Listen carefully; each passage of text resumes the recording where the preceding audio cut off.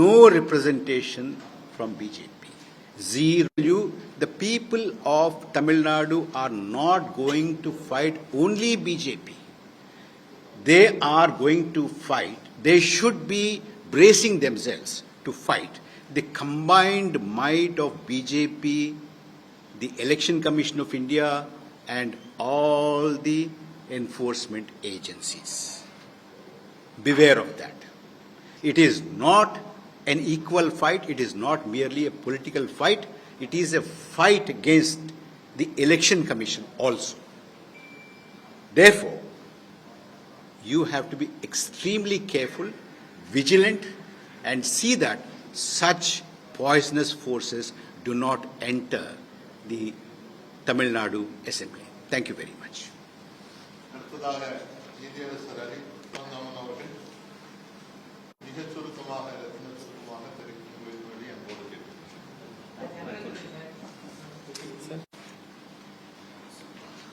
அனைவருக்கும் வணக்கம். இந்த பத்திரிகையாளர் சந்திப்பின் முக்கிய நோக்கம் வருகிற தமிழ்நாடு சட்டமன்ற தேர்தலில் 27 தொகுதிகளில் போட்டியிடும் பிஜேபியை தோற்கடிக்க வேண்டும் என்பதுதான். தோற்கடிப்பது மட்டுமல்ல, டெபாசிட்டே முடிந்தால் வாங்க விடாமல் செய்ய வேண்டும் என்பது எங்களுடைய கருத்தாக உங்கள் முன்னால் வைக்கிறோம்.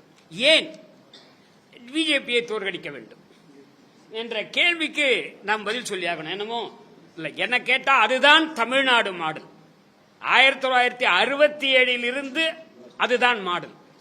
இங்கே யார் வர வேண்டும்னா எந்த அகில இந்திய கட்சியும் அல்ல, இங்க இருக்கக்கூடிய ரீஜனல் பார்ட்டி தான் வரணும் அப்படி என்பதில் முன்னிலையில் இருப்பதாக கருதுகிறேன். ஒரு 2-3 தகவல்கள் சொல்றேன். இப்போ நாங்க சொல்லல. ஏன் இப்ப 2014க்கு அப்புறம் டாலர் 100 நெருங்கி கொண்டிருக்கிறது. ஒரு 100 ரூபாய். பெட்ரோல் 100 தாண்டி விட்டது. எல்பிஜி சிலிண்டர் 1000 நெருங்கி கொண்டிருக்கிறது. கோல்டு தங்கம் 1 லட்சத்தை எப்போதோ தாண்டி விட்டது. அதுக்கடுத்து எப்போதும் இல்லாத அளவில் இன்னைக்கு அவர் சொன்னார், பிரபல பிரபாகர் அவர்கள் சொன்னாரு, பிஜேபி மட்டுமல்ல, பிஜேபி அனைத்து இன்ஸ்டிடியூஷன்ஸையும் அனைத்து அமைப்புகளையும் தனியாக எடுத்துக்கொண்டது. எலெக்ஷன் கமிஷன் உட்பட, நீதித்துறையை உட்பட எப்போதும் இல்லாத அளவில் இந்த 75 ஆண்டு காலத்தில் நீதித்துறையில் எப்போதுமே 3 நீதிபதிகள் பேர் இம்பீச்மெண்ட் மோஷன் ஒரே நேரத்தில் இருந்ததில்லை. இப்போதுதான் 3 நீதிபதிகள். தமிழ்நாட்டை சேர்ந்த ஜி.ஆர். சாமிநாதன் பேரில் ஒரு இம்பீச்மெண்ட் மோஷன் இருக்கிறது.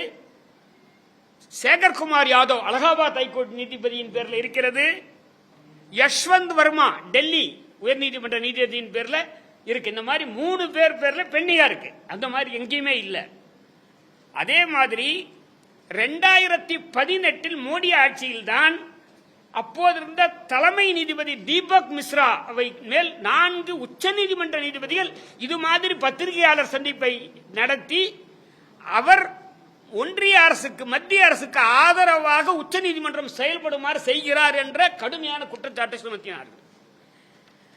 அதுக்கு அடுத்து இப்ப எலெக்ஷன் கமிஷன் எடுத்துக்கிட்டா, இந்த எலெக்ஷன் கமிஷன் முழுக்க இது அவர் பேர்ல இப்ப 3 நீதிபதிகள் மட்டும் இல்ல, எலெக்ஷன் கமிஷன் பேர்லயும் இம்பீச்மெண்ட் மோஷன் மூவ் பண்ணாங்க.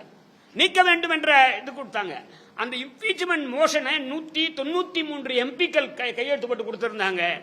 ஆனால் அந்த இம்பீச்மெண்ட் மோஷனை அவர்கள் விசாரணைக்கே ஏத்துக்கல, டிபேட்டுக்கே ஏத்துக்கல. டிபேட்டுக்கே ஏற்றுக்கொள்ளாமல் நிராகரிக்கப்பட்டது. ஏன்னா அவங்க தான் எல்லாத்தையும் கண்ட்ரோல் பண்றாங்க. அதே இதுவும் எலெக்ஷன் கமிஷன் பேரிலும் முதலாக இந்த மாதிரி ஒரு இம்பீச்மெண்ட் மோஷன் மூவ் பண்றது 75 ஆண்டுகள் இதான் முதல் முறை. அதே அடுத்து ஸ்பீக்கர் ஓம் பிர்லா பேர்ல நம்பிக்கையில்லா தீர்மானம் கொண்டு வந்தது இது 3வது முறையாக இருக்கலாம். ஆனால் இதே நேரத்தில் ஒரே நேரத்தில் நடக்கிறது. சேர்மன் ராஜ்யசபா தன்கர் அவர் பேரில் தீர்மானம் கொண்டு வரப்பட்டது இவங்களுடைய ஆட்சியில தான். இந்த எலெக்ஷன் கமிஷனை பொறுத்த வரைக்கும் அவர் சொன்ன மாதிரி இன்னைக்கு பாருங்க, இப்ப தமிழ்நாட்டில் தேர்தல் நடக்குது. இங்கே சீஃப் செக்ரட்டரியும் இங்க இருக்கக்கூடிய டிஜிபியும் மாத்துறாங்க. ஆனால் இன்று அசாம்ல தேர்தல் நடக்குது. ஏன் அசாமில் எந்த சீஃப் செக்ரட்டரி மாத்தல, டிஜிபியை மாத்தல? பீகார்ல தேர்தல் நடந்தது, அங்க ஏன் சீஃப் செக்ரட்டரியை மாத்தல, அங்க டிஜிபியை மாத்தல? வெஸ்ட் பெங்கால்லையும் தமிழ்நாட்டிலையும் மட்டும் சீஃப் செக்ரட்டரியும் டிஜிபியும் மாற்றுவது அப்படி என்றால் அவர்கள் எலெக்ஷன் கமிஷன் ஒரு நேர்மையான தேர்தலை நடத்துமா என்ற கேள்வியை நாங்கள் முன்னே வைக்க, அதுக்காக தான் அவங்களை வந்து ஜீரோ பிஜேபி என்பதை நாங்கள் சொல்கிறோம். அதே மாதிரி ஸ்பெஷல் இன்டென்சிவ் ரிவிஷன் இருக்கு இல்லைங்களா, அதை வந்து இன்னைக்கு பல லட்சம் ஓட்டுகள் தமிழ்நாட்டிலையும் வெஸ்ட் பெங்கால்ல 93 லட்சம் ஓட்டுகள் அங்கே நீக்கப்பட்டிருக்கிறது. குறிப்பா இப்போ சுப்ரீம் கோர்ட் உட்படவே இதில் வந்து அவர்களுடைய கைக்கு அடக்கமாக இருப்பதாக கருதுகிறோம். ஏன்னா எஸ்ஐஆரை பற்றிய விசாரணையை உச்சநீதிமன்றம் செய்யவில்லை, அவங்க கட்ட பஞ்சாயத்து பண்ணிட்டு இருக்காங்க. எஸ்ஐஆர் வந்து சட்டப்படி சரிதானா என்பதை ஒரு சிறப்பு அமர்வின் மூலமாக தீர்மானிக்க வேண்டும். என்ன சொல்றாங்கன்னா, பீப்புள்ஸ் ரெப்ரசன்டேஷன் ஆக்ட்ல ஸ்பெஷல் இன்டென்சிவ் ரிவிஷனை வந்து இந்தியா முழுவதும் மாநிலம் முழுவதும் நடத்துவதற்கு அதிகாரம் இல்லை என்று சொல்லப்படுது. வேண்டுமென்றால் ஒரு கான்ஸ்டிடியூஷன் நடத்தலாம் அல்லது ஒரு கான்ஸ்டிடியூஷனுடைய ஒரு பகுதியில் நடத்தலாம் என்பதுதான் பீப்புள்ஸ் ரெப்ரசன்டேஷன் ஆக்ட் சொல்றது. அதனால தான் நம்ம வந்து இதை சொல்றோம். எனவே எல்லா அமைப்புகளையும் அவர் கையில் எடுத்துக்கொண்டார்கள். நான் இப்ப மீதியெல்லாம் பெருசா சொல்ல போறது இல்ல, கடைசியா அவங்க கையில் எடுத்தது சென்சார் போர்டு. இங்க ஒரு சினிமா கூட வெளியிட முடியாது என்றால் செய்து விடுவார்கள். கூட்டணிக்காக 21 மணி நேரம் சிபிஐ விசாரணை நடத்துவார்கள். அந்த இதையெல்லாம் தான் நம்ம வந்து இங்க ஜீரோ பிஜேபின்றது காரணமா சொல்றோம். ஹிட்லர் எப்படி யூதர்களை வெறுத்தானோ, ட்ரம்ப் எப்படி ஈரானியர்களை வெறுக்கிறானோ, அதே மாதிரி இங்கே பிஜேபி இஸ்லாமியர்களை எதிர்க்கிறது. இங்கே ஒரு புல்டோசர் ஜஸ்டிஸ் தான் நடக்குது. இப்ப இருக்கக்கூடிய பாராளுமன்றத்தில் ஆட்சி செய்யக்கூடிய பிஜேபிக்கு ஒரு முஸ்லிம் எம்பிகள் கூட இல்லை. குஜராத் அது அப்படிதான் மினிஸ்டர் இருக்க சான்ஸே இல்லை, எம்பி இல்லைன்னா. அதே மாதிரி உத்தரப்பிரதேசத்தில் ஆட்சி செய்தாலும் ஒரு முஸ்லீம் கூட எம்எல்ஏ கிடையாது பிஜேபிக்கு, மந்திரி இருக்க முடியாது. குஜராத்திலும் அதே நிலை தான், அவங்க எங்கெங்க இருக்காங்களோ இதுதான் இங்க நடக்குது. அதே மாதிரி இப்போ ஜம்மு காஷ்மீர்ல நான் 370க்குள்ள போகல, சாதாரண ஒரு விஷயம். 2019 அது மாநில அந்தஸ்து இழந்து ஒரு யூனியன் டெரிட்டரியா மாற்றி, அப்போ என்னைக்கு அது மீண்டும் மாநில அந்தஸ்தை பெறும் என்பதுதான் நமக்கு இருக்கக்கூடிய கேள்வியாக பார்க்கிறோம். அதே மாதிரி இன்னும் பல்வேறு எங்க உச்ச நீதிமன்றம் உயர் நீதிமன்றத்தை பற்றி மட்டும் சொல்லிட்டு அவர் சொல்றாரு, இன்னைக்கு எடுத்துக்கிட்டீங்கன்னா 14% வந்து முஸ்லீம் பாப்புலேஷன், 543 எம்பியில் 77 பேர் இருக்கணும். ஆனா இப்ப இருக்கிறது 24 பேர் தான், 1/3 கூட இல்ல. சுப்ரீம் கோர்ட்ல ஒரே ஒரு முஸ்லீம் நீதிபதி, ஒரு எஸ்சி நீதிபதி, 0 ஷெட்யூல் ட்ரைப் நீதிபதி, ஒரே ஒரு உமன் நீதிபதி, 34 பேர்கள் இருக்காங்க. அப்படின்றதும் 2014 இருந்து இந்த 12 ஆண்டுகள்ல உயர் நீதிமன்றத்தில் 82% உயர் சாதிக்காரர்களே அப்பாயிண்ட் பண்ணப்பட்டிருக்காங்க அப்படின்றதையும் இந்த காரணத்துக்காக சொல்றோம். கடைசியா சென்னை தமிழ்நாட்டுக்கு எடுத்துக்கிட்டீங்கன்னா, திருப்பரங்குன்றத்தை அயோத்தியாக மாற்றுவோம் என்பதற்காக அவர்கள் 0, மதுரைக்கு மெட்ரோ மறுத்ததற்காக அவருக்கு 0, கோயம்புத்தூருக்கு மெட்ரோ மறுத்ததற்காக அவருக்கு 0, ஓசூருக்கு ஏர்போர்ட் கொடுக்க மாட்டேன் என்பதற்காக அவருக்கு 0, ஒரு மருத்துவக் கல்லூரி எய்ம்ஸை இதுவரையில் அவர்கள் மதுரையில் உண்டாக்காதற்காக 0. எங்கே நெல்லிலே ஈரப்பதம் என்னவென்று தீர்மானிப்பதை கூட நம்மிடம் கொடுக்காததற்காக அவர்களுக்கு 0.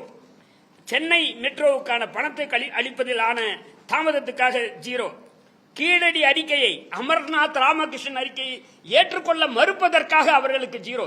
தமிழ் மக்கள் பாடம் கற்பிக்க வேண்டும்.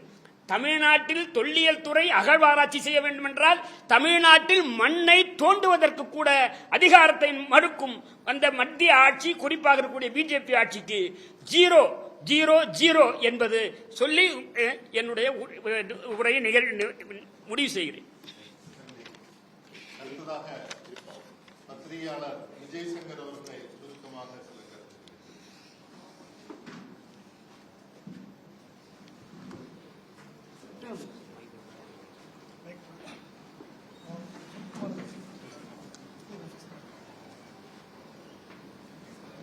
ரொம்ப சீரியஸாக பேசிகிட்டு இருக்கும்போது எனக்கு வந்து ஒரு கொஞ்சம் லைட்டர் வெயிட்ல I want to say something, கொஞ்சம் லகுவாக்குறதுக்காக.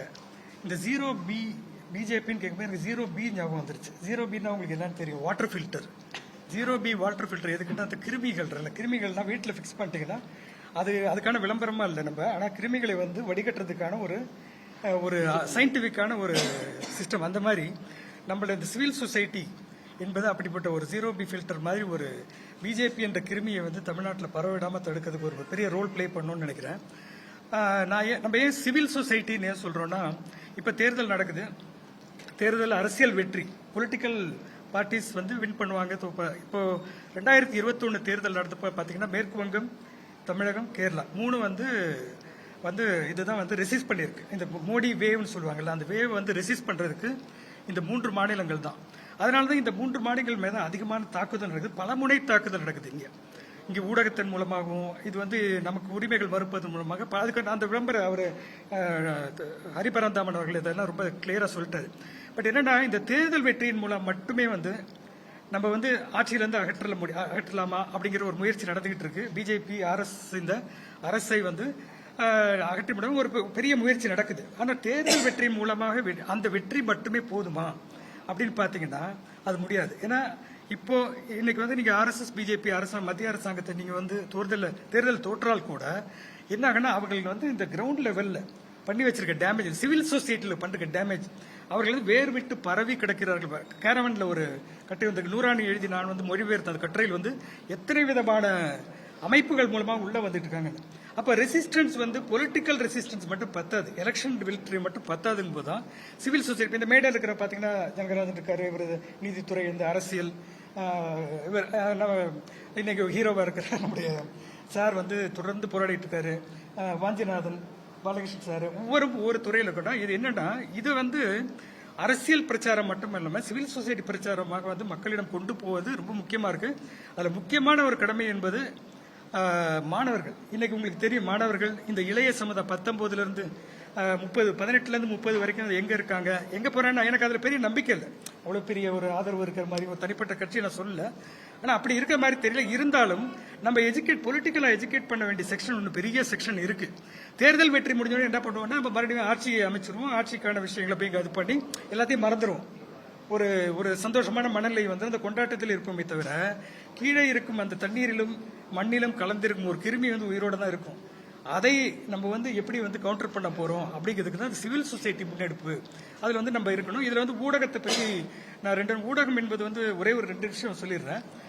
ஊடகத்துறை என்பது தமிழ்நாட்டை பொறுத்த வரைக்கும் நம்ம ரொம்ப நல்ல ஒரு நிலைமை இருக்கு. இன்னைக்கு பல பேர் வந்து யூடியூபர்ஸோ மேடம்லாம் இருக்காங்க. யூடியூபர்ஸ் மட்டும் இல்லாம இங்க இருக்கிற சேனல் வந்து கம்பேரிட்டிவ்லி பார்க்கும்போது வந்து பெரிய அளவுக்கு. ஆனா வட இந்தியா, நார்த் இந்தியா அப்படின்னு சொல்றோம்ல, அங்க எப்படி இருக்குன்னா, அதாவது எமர்ஜென்சி டைம்ல வந்து ஒரு விஷயம் நடந்துச்சு. அங்கிருந்து சென்சார்ஷிப் போட்டாங்க கவர்மெண்ட்ல. ஏன்னா ஆஃபீஸ்லேயே வந்து உட்காந்துக்குவாங்க, முரசொலி ஆஃபீஸ்லயோ சிபிஎம் ஆஃபீஸ்லயோ வந்து தீக்கதிர் ஆஃபீஸ்லயோ வந்து உட்காந்துக்குவாங்க. அவங்கள மீறி எதுவுமே பண்ண முடியாது. அப்போ வந்து அதுக்கு பிறகு வந்து ஊடகத்துறையில பத்தி அத்வானி ஒன்று சொல்றாரு. அத்வானி அவரை கோட் பண்றதுக்கு மன்னிக்கவும், அவர் என்ன சொல்றாருன்னா, we ask you to bend, you crawled. நாங்கள் உங்களுக்கு குனியத்தான் சொன்னோம் ஊடகத்தை, நீங்க வந்து தவழ்ந்து சென்றீர்கள். தவழ்ந்து சென்றீங்கன்னா வேற எதுவும் நினைச்சுக்காதீங்க. தவழ்ந்துன்னா இங்க வேற தவழறதை பத்தி ஒரு அரசியல் நடந்துகிட்டு இருக்கு. ஆனா என்னன்னா, இன்னைக்கு ஊடகம் எப்படின்னா, நீங்க வந்து சென்சார்ஷிப் என்பது ஊடகத்துக்குள்ளே வந்துருச்சு, செல்ஃப் சென்சார்ஷிப். ஏன்னா இன்னைக்கு இருக்கிற ஊடக முதலாளிகள் வந்து பெரும்பளவில் அகில இந்தியாவில் வந்து பெரும் ஊடகங்களை பெரும் அளவு வந்து கையில் எடுத்திருக்கிறது யாருன்னா அம்பானி, அதானி எல்லாம். அவருக்கு யாருக்கு நண்பர்கள்? அம்பானி, அதானி வந்து யார் நண்பர்னு பார்த்தீங்கன்னா அவங்க. அப்ப என்னன்னா, ஊடகத்தில் இப்போ ஊடகம் எப்படி இருக்குன்னா, பொதுவான ஊடகம் தமிழ்நாடு பரவாயில்லங்கிறேன், எதை பார்க்க வேண்டும் என்று முடிவு செய்வதான் ஊடகம்னு நாங்கள்லாம் நினைச்சுக்கிட்டோம். ஒரு 35 வருஷம் இண்டுல இருக்கும்போது இதை தான் மக்கள்கிட்ட கொண்டு போகணும் அப்படின்னு நினைச்சுக்கிட்டோம். இன்னைக்கு வந்து எதையெல்லாம் மறைக்க வேண்டும் என்பதுதான் ஊடகத்தோட பெரிய கவலையா இருக்குது. இப்போ ஒரு வெளிநாட்டு தலைவர் வந்து இந்த துணி போட்டு மூடுறாங்களா, குஜராத் டெவலப்மெண்ட் மாதிரி, அந்த மாதிரி ஊடகங்கள் வந்து கவனத்தை திசை திருப்பி கொண்டே இருக்கே தவிர உண்மையான இஷ்யூஸை வந்து பேசுறது இல்லை அப்படிங்கிறது தான் ஒரு முக்கியமான விஷயம். செல்ஃப் கிரிட்டிக்கலா பாக்குறேன். அதனால வந்து இந்த சிவில் சொசைட்டி இந்த இனிஷியேட்டிவ் வந்து ஒரு முக்கியமான ஒரு நிகழ்வாக பார்க்குறேன். இதை வந்து மக்களிடம் கொண்டு சொல்லணும். இளைய சமுதாயத்திலும் இந்த இனிஷியேட்டிவ் கொண்டு போறதுக்கு நம்ம வந்து நிறைய பேம்ப்ளெட்ஸ் எல்லாம் இது பண்ணோம். இப்போ சார் ஹரிபரந்தாமன் சார் வந்து அழகா ஏன் ஜீரோ பிஜேபி அப்படின்னு சொன்னார்ல, அதையே தனியாக ஒரு பேம்ப்ளெட்டா கொண்டு வரணும்னு நினைக்கிறேன். ஏன்னா அது ரொம்ப அப்பீல் ஆகும். இம்மீடியட் இஷ்யூஸ் அது இருக்குல்ல, அது பண்ண இது வந்து நம்ம தொடர்ந்து சோசியல் மீடியாலையும் எல்லா இடத்துலையும் கொண்டு போகணும்னு நினைக்கிறேன். எனவே வாய்ப்புக்கு நன்றி, வணக்கம். ஜனகராஜன் அவர்கள் 2 நிமிடம் அவருடைய கருத்துக்களை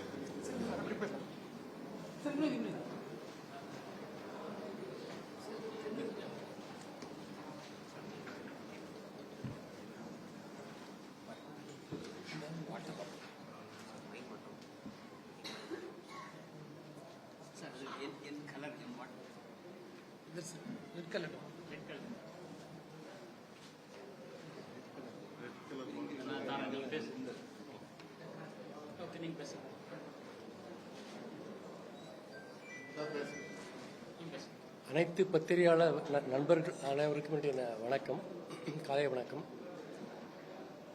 இந்த ஜீரோ பிஜேபி என்கின்ற இந்த ஒரு கேம்பெயின் அப்படிங்கிறது வந்து மிக மிக மிக முக்கியமானது. முக்கியமாக நாம் 3 முக்கியமான விஷயங்களை பேச வேண்டும் என்று நமது நண்பர் மனோ தங்கராஜ் அவர்கள் சொன்னார். என்னன்னு கேட்டிங்கன்னா, the future of our country, the nature and protecting the constitution அப்படின்னு. இதில் மிக முக்கியமாக நம்ம பார்க்க வேண்டியது என்னன்னு கேட்டிங்கன்னா வந்து, இயற்கை வளங்கள் நம்ம எந்த அளவுக்கு பாதுகாக்கிறோம், இயற்கை வளங்கள் நமக்கு எவ்வளவு முக்கியம், அந்த இயற்கை வளங்கள் இல்லை என்றால் நம்முடைய வளர்ச்சி என்ன ஆகும் அப்படிங்கிறத கான்டெக்ஸ்டில் இன்னைக்கு வந்து பார்க்கும்பொழுது, கடந்த 10-15 வருடங்களாக பார்க்கும்பொழுது இயற்கை வளங்கள் நம்ம வந்து சுரண்டுறது மட்டுமல்ல, அழித்து கொண்டு இருக்கிறோம் அப்படிங்கிறது தான் உண்மை. மிக முக்கியமாக உங்களுக்கெல்லாம் ஒரு உண்மையை சொல்கிறேன் நான். நம்மளுடைய நிலத்தடி நீர் மிக மிக மோசமாக கீழே போய்கிட்டே இருக்கு.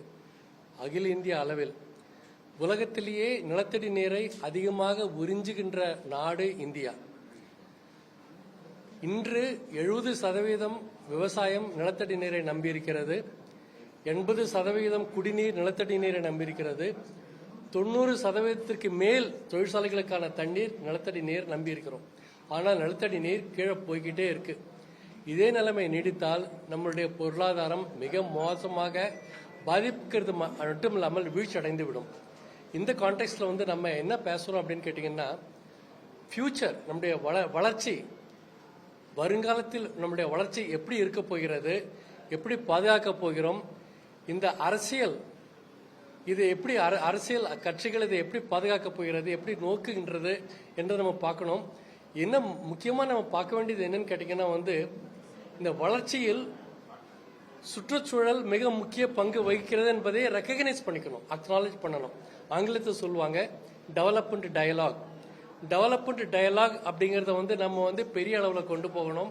அந்த டெவலப்மெண்ட் டயலாக் வந்து கான்டெக்சுவலைஸ் பண்ணி ஒரு முக்கியமாக ஒரு ஒரு வளர்ச்சி பாதிக்காத ஒரு சஸ்டைனபிள் டெவலப்மெண்ட், நீடித்த வளர்ச்சிங்கிற ஒரு பாதையில் அதை கொண்டு போகணும்.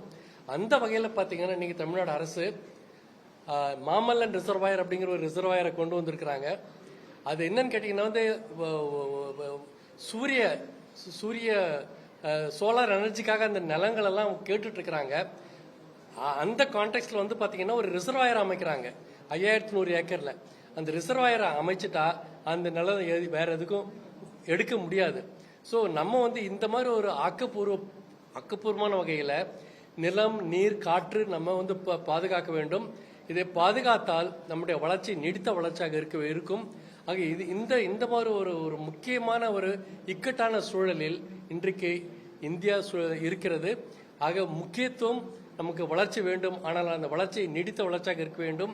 நீடித்த வளர்ச்சி இருக்க வேண்டும் என்றால் நீடித்த வளர்ச்சியில் சுற்றுச்சூழலுக்கு என்ன பங்கு, தி என்வாயன்மெண்ட் ஃபர்ஸ்ட் அப்படிங்கிறது, நேச்சர் ஃபர்ஸ்ட் அப்படிங்கிறத நம்ம ஆணித்தரமாக சொல்லி அந்த டெவலப்மெண்ட் டயலாக் முன்னெடுத்து செல்ல வேண்டும் என்று கேட்டுக்கொள்கிறேன். நன்றி. பாலகிருஷ்ணன், ஒரே ஒரு நேரம் ஆயிடுச்சு.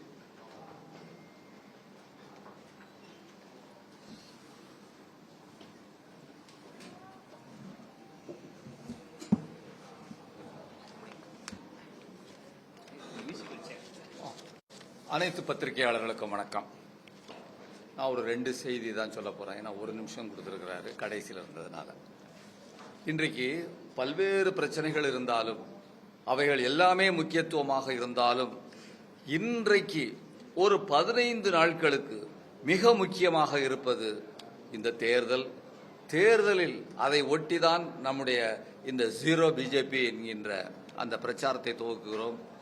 இந்த தேர்தலை ஒட்டி தேர்தல் கமிஷனை தனது அடியாட்களாக மாற்றிக்கொண்ட இந்த பாஜக, நீதித்துறையும் அதே போல மாற்றிக்கொண்டு இன்றைக்கு இன்றைய நிலையில தமிழ்நாட்டில் 1 கோடி பேர் நீக்கப்பட்டிருக்கிறார்கள், 30 லட்சம் பேர்கள் சேர்க்கப்பட்டிருக்கிறார்கள். நீங்கள் என்னென்ன திட்டங்கள் புதிய மாணவன், புதிய தலைவன் அல்லது மக்கள் உரிமை, பெண்கள் உரிமை என்று எது போட்டாலும் மக்கள் அனைவரும் விரும்பி போடுவதற்கான அவர்களுக்கு வாக்குரிமை வேண்டும். ஒன்று. இரண்டாவது, அவர்கள் போட்ட வாக்குரிமை, அந்த வாக்குகள் எல்லாம் போட்ட சின்னத்தில் வந்து விழ வேண்டும். இவை எல்லாம் அதைத்தான் தலைவர் பிரபாகர் ரொம்ப அருமையா ஆந்திராவில் சொல்லியிருக்கிறாரு.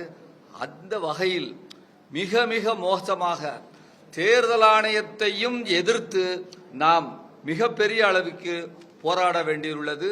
மேற்கு வங்காளத்தில் நேற்று நடந்த நிகழ்ச்சி, திரிணாமுல் காங்கிரசுடைய ஒரு டெலிகேஷன் சீஃப் எலெக்ஷன் கமிஷனரை பார்க்க போயிருக்கிறாங்க. அதாவது அந்த மாநிலத்தினுடைய கோடிக்கணக்கான மக்களுடைய பிரதிநிதிகளாக அவர்கள் சென்றிருக்கிறார்கள். 5வது நிமிடத்தில் சீஃப் எலெக்ஷன் கமிஷனர் சொல்றாரு கெட் லாஸ்ட் அப்படின்னு சொல்றாருன்னு சொன்னா எந்த அளவுக்கு திமிர், ஏன் எப்படி வந்தது? நீ வாழ்நாள் முழுவதும் உன்மேல் எந்த விதமான எஃப்ஐஆரும் போட முடியாது என்கின்ற அந்த திமிர் தானா? எனவே அங்கே அப்படி நடந்தது என்றால், இங்கே தமிழ்நாட்டில் மதுரையில் ஒரு சஸ்பெண்ட் செய்யப்பட்டு, ஊழலுக்காக சஸ்பெண்ட் செய்யப்பட்ட ஒரு காவல்துறை அதிகாரியை அங்கே மாநகர ஆணையராக போட்டிருக்கிறார்கள். தமிழ்நாட்டுடைய தலைமைச் செயலாளரை மாற்றி இருக்கிறார்கள். எனவே இவை அனைத்தையும் விட இது நாம் முக்கியமாக பார்க்க வேண்டியதாக இருக்கிறது. அதுபோல இன்றைக்கு இது குறித்து நமக்கு ஒரே தீர்வு உச்சநீதிமன்றம்.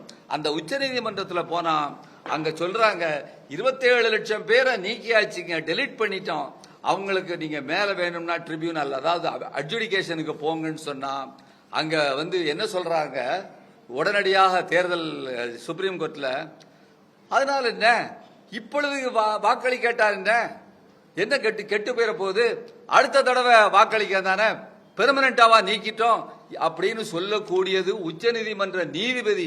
இவர்கள் அடிப்படை உரிமை பற்றி என்ன புரிந்து வைத்திருக்கிறார்கள்? எனவே இதுதான் பாசிசத்தினுடைய கூறுகளாக நாம் பார்க்கிறோம். இவற்றையெல்லாம் எதிர்த்து இன்னும் நாம் அங்கே போராட வேண்டிய சூழ்நிலையில் தான் நாம் இங்கே நேரடியாக தாக்கிடக்கூடாதுங்கிறதுக்காக 0 பிஜேபி 27 இடம் மட்டுமல்ல, கூடுதலாக 5 இடம், 5 இடங்களில் இந்த பாஜகவினுடைய தாமரை அங்கே அவர்களுக்கு கொடுக்கப்பட்டிருக்கிறது, அதுவும் அங்கே சென்று கொண்டிருக்கிறது. எனவே 32 இடங்களில் நாம், அதாவது நோ பிஜேபி என்கின்ற முழக்கத்துடன் இந்த பிரச்சாரத்தை இன்றிருந்து ஆரம்பிக்க போகிறோம். இது மக்களிடம் பெரிய அளவிற்கு கொண்டு செல்ல வேண்டும் என்று கேட்டுக்கொள்கிறேன். நன்றி, வணக்கம். இந்த பிரச்சாரத்திற்காக ஒரு பாடல் வெளியிடுகிறோம். அந்த பாடலை இப்போது சுருக்கமான பாடல் தான்.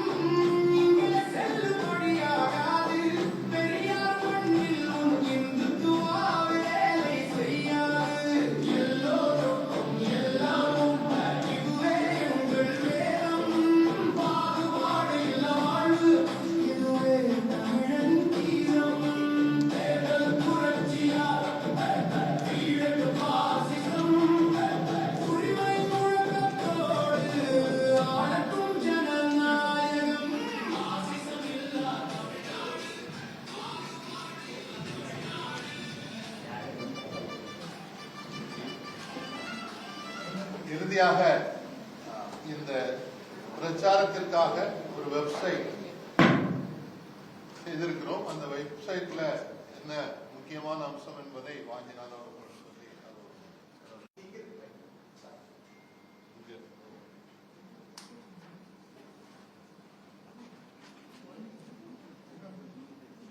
தமிழ்நாடு தேர்தலில் ஏற்கனவே பொது தேர்தலில் நாடாளுமன்ற தேர்தலில் நடந்தது போல ஓட்டு திருட்டு நடைபெற வாய்ப்புள்ளது என்று நாங்கள் கருதுகிறோம். தமிழ்நாடு தலைமை தேர்தல் ஆணையர் அவர்கள் புகைப்படம் இல்லாத அடையாள அட்டை இருந்தாலே வாக்களிக்கலாம் என்று அறிவித்திருக்கிறார். இது வடநாட்டிலிருந்து இங்கு பாஜகவுக்கு ஆதரவாக சேர்த்து வைத்திருக்கும் வாக்காளர்களை வாக்களிக்க வைக்கும் தந்திரமோ என்ற சந்தேகம் எங்களுக்கு இருக்கிறது. எனவே இந்த தேர்தல் ஒரு வெளிப்படையான தேர்தலாக நடைபெற வேண்டும். நாடு முழுவதும் பல்வேறு தேர்தல்களில் வாக்கு திருட்டு நடந்திருக்கிறது, மக்களின் தீர்ப்பு திருடப்பட்டிருக்கிறது. ஆகையால் 17C ஃபார்மை வாங்கி அன்றைய தினமே அனைத்து அரசியல் கட்சிகளும் தங்களது இணையதளத்தில் வெளிப்படையாக பகிர வேண்டும் என்று ஜீரோ பிஜேபி இயக்கத்தின் சார்பிலே கோரிக்கை வைக்கிறோம். நாங்கள் வெளிப்படையான 17C வெப்சைட் என்று ஒன்றை உருவாக்கி இருக்கிறோம். அதிலே கட்சிகள் 17C ஃபார்மை எங்களிடம் அளித்தால் உடனடியாக நாங்கள் பதிவேற்றம் செய்வோம். ஏனென்றால் வாக்குப்பதிவு முடிந்த பிறகு வாக்கு சதவீதத்தை உயர்த்தி தேர்தலில் வெற்றி பெறும் உத்தியை அவர்கள் தொடர்ந்து பாஜகவினர் செய்து வருகிறார்கள். தேர்தல் கமிஷன் அதுக்கு உடந்தையாக இருக்கிறது. எனவே இந்த தேர்தலில் அனைத்து கட்சிகளும் தமிழ்நாடு மக்களும் விழிப்புணர்வோடு இருக்க வேண்டும். சென்ற நாடாளுமன்ற தேர்தலில் தமிழகத்திலே நிறைய வாக்கு திருட்டு நடந்திருக்கிறது என்பதை ஆதாரப்பூர்வமாக பரகல பிரபார் அவர்களும் தீஸ்தா சேத்தல்வாத் அவர்களும் ஏற்கனவே தமிழ்நாட்டில் பல்வேறு கூட்டங்களிலே வெளிப்படுத்தி இருக்கிறார்கள். மதுரையில் கூட 2வது இடம் பாஜக எப்படி வந்தது என்ற சந்தேகம் நாங்கள் எழுப்பினோம். எனவே இம்முறையும் தேர்தலில் வாக்கு திருட்டு நடைபெற வாய்ப்பு இருக்கிறது. அதை தடுக்க வேண்டும் என்ற நோக்கத்தில் தான் நாங்கள் ஒரு வெப்சைட் 17C வெப்சைட் தொடங்கி இருக்கிறோம். அந்த 17C வெப்சைட்ல எல்லா விவரங்களையும் எல்லோரும் வெளிப்படையாக கொடுத்தால் நாங்கள் அறிவித்து தேர்தல் ஆணையம் அந்த தில்லுமுள்ளு வேலைகளை செய்ய விடாமல் தடுப்போம் என்பதை தெரிவித்துக் கொள்கிறோம். பாஜகவுக்கு வாக்களித்தால் திருப்பரங்குன்றம் போல் எல்லா இடங்களிலும் பிரச்சனை என்பது தேவையில்லாமல் உருவாகும். ஓராண்டு தமிழ்நாடு மதுரை வளர்ச்சியின் பின்தங்கியது போல ஒட்டுமொத்த தமிழ்நாடும் வளர்ச்சியில் பின்தங்கும் என்ற அடிப்படையில் தான் இந்த சட்டப்பேரவை பாஜக இல்லாத சட்டப்பேரவையாக உருவாக்க தமிழக மக்கள் நாம் உறுதியேற்க வேண்டும் என்று அறைகோல் விடுகிறோம். வெப்சைட்டோட பேர் நாங்கள் புதிதாக தொடங்கியுள்ள வெப்சைட்டின் பேர் zerobjp.com. இதோடு எங்களுடைய உங்களுக்கு ஆன்லைன்ல இதை அப்லோட் பண்ணணும்னு சொன்னா நண்பர் ராகுல் பூஸ்டர் டிவி ராகுல் இருக்கிறார். அவர்கிட்ட இருந்து யார் வேணாலும் பெற்றுக் கொள்ளலாம். இந்த செய்திகளை மிக பரந்த அளவில் வெளியிடும்படி அன்போடு கேட்டுக்கொள்கிறோம். நன்றி,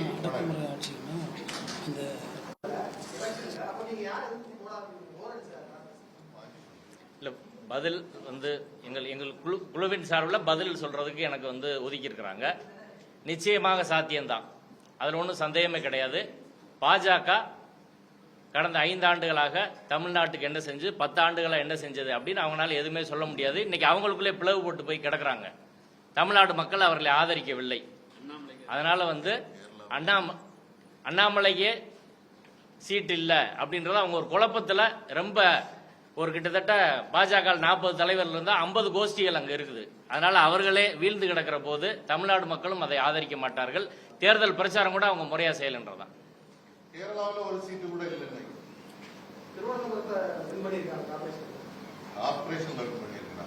சட்டமன்றத்தில் ஒருத்தரும் இல்லை. சட்டமன்றத்தில் யாரும் ஒண்ணு கூட இல்லைன்றதான். சரி, இந்த இயக்கம் தொடர்பாக கேள்வி வேற எது கேள்வி இருந்தா சொல்லுங்க, இல்லைன்னா முடிச்சிடலாம். அதிமுக பாஜக கூட்டணிக்கு எதிராக அதே மாதிரி பாஜக கூட்டணி சார்பா வேட்பாளர்கள் நிறுத்திருக்காங்க இல்லையா? முக்கியமான திமுக அமைச்சர்களுக்கு எதிராக பெரிய அளவுக்கு ஒரு கடுமையான போட்டியை உருவாக்கக்கூடிய கேண்டிடேட்ஸ் அவங்க நிறுத்தல. எல்லாமே கூட்டணி கட்சிகள் கொடுத்துட்டாங்க. அந்த தொகுதி வந்து அமைச்சர்களுக்கு திமுக அமைச்சர்களுக்கு ரொம்ப ஈஸியா இருக்கிற மாதிரி ஒரு ஏற்பாடை செய்திருப்பதாக ஒரு கண்ணோட்டம் என்பது இருக்கிறது. அப்ப பொதுவா பாக்குறவங்க என்ன சொல்றாங்கன்னா, இது ஏதோ அதிமுக பாஜக கூட்டணியிடையே, திமுக பாஜக அதிமுக இவங்களுடைய ஒரு அண்டர்ஸ்டாண்டிங்ல இதெல்லாம் நடக்குது அப்படின்ற மாதிரி ஒரு தோற்றம் என்பது இருக்கிறது. ஏன்னா எல்லா அமைச்சர்களையும் கடுமையான போட்டியை உருவாக்குறதா ஒரு களமாக இருக்க முடியும். அமைச்சர்களுக்கு ஈஸியா ஒரு இடத்த சூழலை ஏற்படுத்தி கொடுக்குறாங்கன்னா அது ஒரு ரகசிய ஒப்பந்தம் இருக்கு அப்படின்னு. அதுக்கு அதிமுகவும் பாஜகவும் தான் பதில் சொல்லணும். நாங்க நேரடி அரசியல் இல்ல, அவங்க தான் பதில் சொல்லணும். இது அவங்க தான் உடன்பாடுன்னா அவங்க பதில் சொல்லணும். நன்றி.